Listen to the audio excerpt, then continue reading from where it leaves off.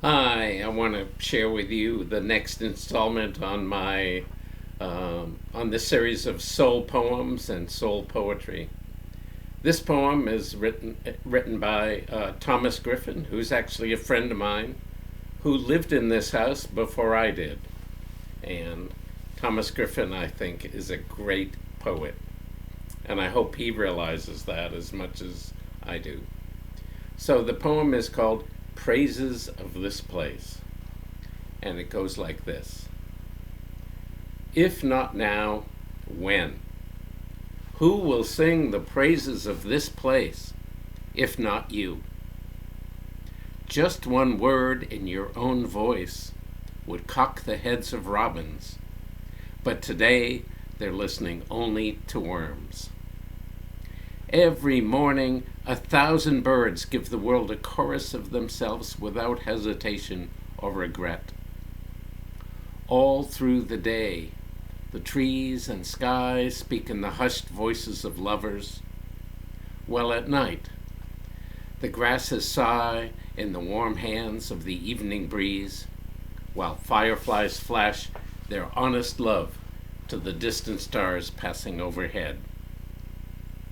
When you are ready, join this conversation, for it still needs the strong and tender sound of your true voice.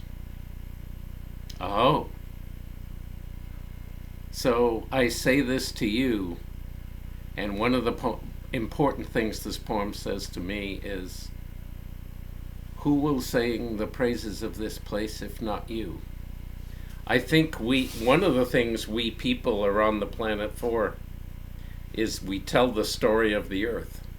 We're capable of singing its praises. We're capable of pulling apart the fine details of how it all works.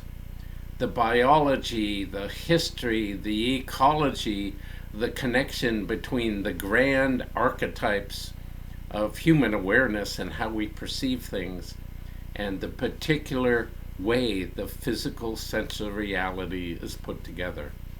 So we, unique among the species, have the ability to praise the earth and to know and tell its story. But like Thomas says at the end of this poem, it still needs the strong and tender sound of your voice.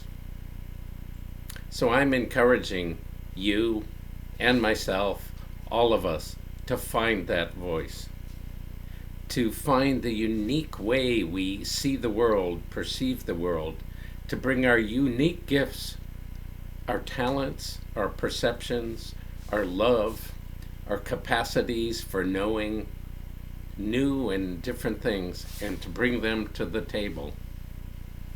It still needs the strong and tender sounds of our voice. We're part of a symphony. There's a million or trillions of voices that make up the song of the earth. The voices of mushroom and hummingbird and whale and dolphin and trees and red-tailed hawks. All of us see the world in unique ways. You do, and I do as well. So for the symphony to be whole, we need to play and sing and give our part to it. Obviously, the symphony's not all about us, but if we don't give our true voice and share our gifts and our unique way of perceiving, something will get lost. The melody will be missing something.